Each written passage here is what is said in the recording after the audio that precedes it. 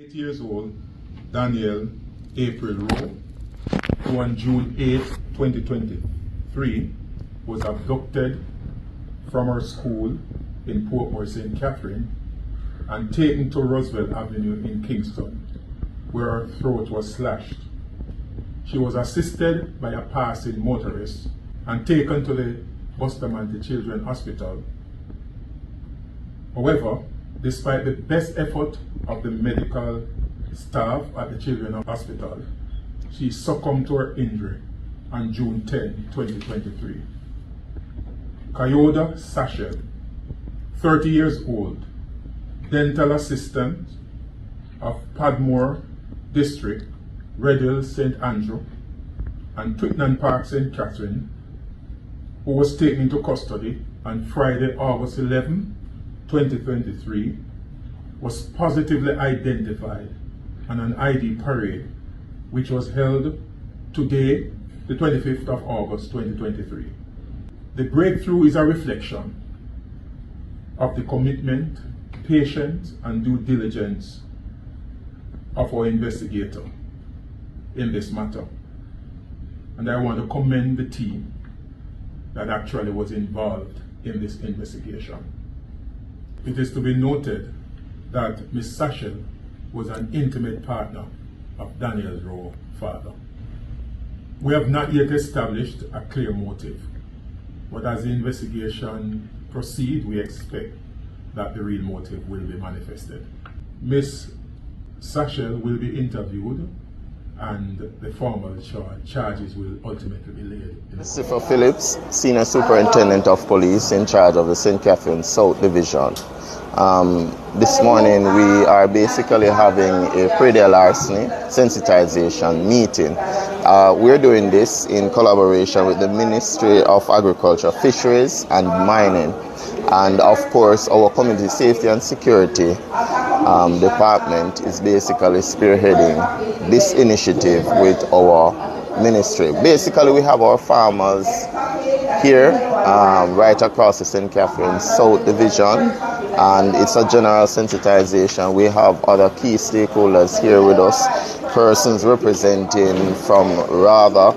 We have the Jamaica Agricultural Society, we have the Veterinary Services Division, Public Health Department, we also have the National Fisheries Authority, and later in the afternoon when all these persons make presentation, we will have basically a farmers market. Farmers are here from the Portmore area, Old Harbour, participating in this event. It's general sensitization around all the new developments treating with predial larceny, and at the same time we are promoting our Farmers Watch program.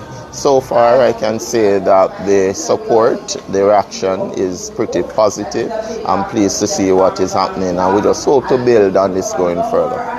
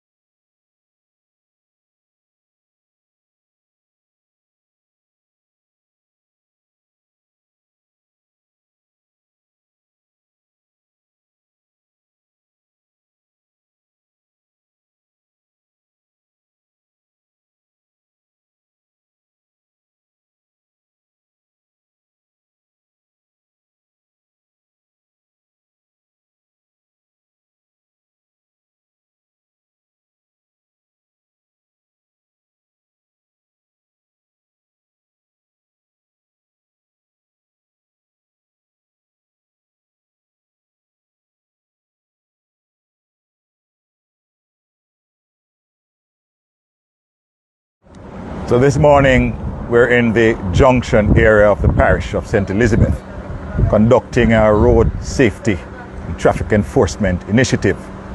This is a joint effort between the JCF, Island Traffic Authority, and the Transport Authority. The objective of this initiative is to ensure that there is a safe use of our vehicles on the road. The examiners would have conducted some safety checks on vehicles. So far in this space we have issued 52 tickets. We would have removed 20 license plates, and 8 summons would have been issued to motorists for various breaches along this area. The parish, we would have recorded some fatal accidents. There are some corridors that we have where a number of our accidents, some of them would have caused speeding as also defective motor vehicles. And so the objective here is to ensure that the vehicles on the road are in fact roadworthy. A number of the vehicles that we would have seen, some of them defective tires worn to the thread, and the wires are being displayed. And so it's important. I want to use this opportunity to just advise the motoring public to ensure that their vehicles are properly fitted with serviceable tires that are roadworthy before they come and venture on the roads. Safety goes for everybody, and all of us, particularly the motoring public, we have a duty of care for all road users, pedestrians, and the life we save might very well be their own. So we're not only protecting their own lives in their vehicle, but also the other road users of the road. And so a vehicle that is on the road with, like we've seen, a defective tire worn to the thread is a disaster waiting to happen. And so for their safety and the safety of others, it was imperative that we enforce the law and enforce it in a very fulsome way.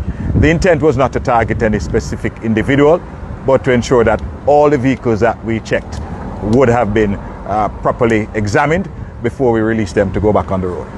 The Island Traffic Authority and the Transport Authority are major partners to the St. Elizabeth Police. As a matter of fact, this is an initiative that we do every week. We move across different spaces, but it's an ongoing initiative. Today we are in Junction, but this is an ongoing partnership, and I want to commend the team for the work that they've been doing with us to ensure that we have a safe parish.